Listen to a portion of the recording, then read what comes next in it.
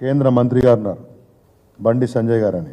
ఆయన నిన్న ఒక చిట్ చాట్ చేసుకుంటూ కేటీఆర్ను రేవంత్ జైల్లో వేస్తారు, నాకు రేవంత్ రెడ్డి మీద నమ్మకం ఉంది, కేటీఆర్ను జైల్లో వేయకపోతే నేను యుద్ధం చేస్తా, ఆయన మా అందరినీ ఇబ్బంది పెట్టినాడు అని చెప్పి మాట్లాడుతూ ఉన్నాడు.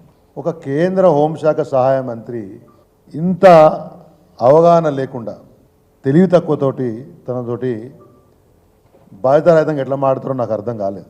ఇంతకుముందు ఆయన ఎంపీ ఉన్నప్పుడు ఎట్లా పడితే అట్లా పిచ్చి మాటలు మాట్లాడేది.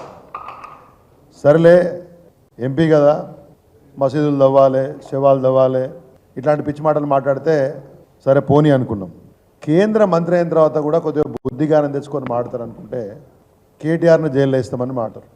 ఎందుకు జైల్లో వేస్తావు, దేని గురించి జైల్లోకి వేస్తావు? పోనీ అసలు ఒక కేంద్ర హోంశాఖ సహాయ మంత్రి ఇది మంత్రుల పైన జైల్లో వేసేది, ముఖ్యమంత్రుల పైన?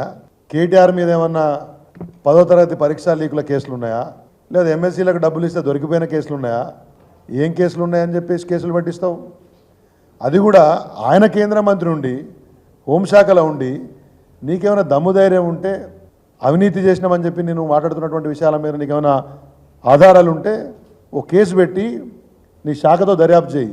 రేవంత్ రెడ్డి మీద నమ్మకం ఎందుకు? ఇలా కాంగ్రెసు బీజేపీ కలిసి ఈ రాష్ట్రంలో పనిచేస్తున్నాయి. కిషన్ రెడ్డికి, రేవంత్ రెడ్డికి, బండి సంజయ్కి పూర్తి స్థాయి అవగాహన ఉంది. ఈ అవగాహనతోటి కుట్రతోటి ఇలా బీఆర్ఎస్ని బలహీనపరిచేటటువంటి ఒక ప్రయత్నం జరుగుతుందనే దానికి ఇది మరొక ఉదాహరణ.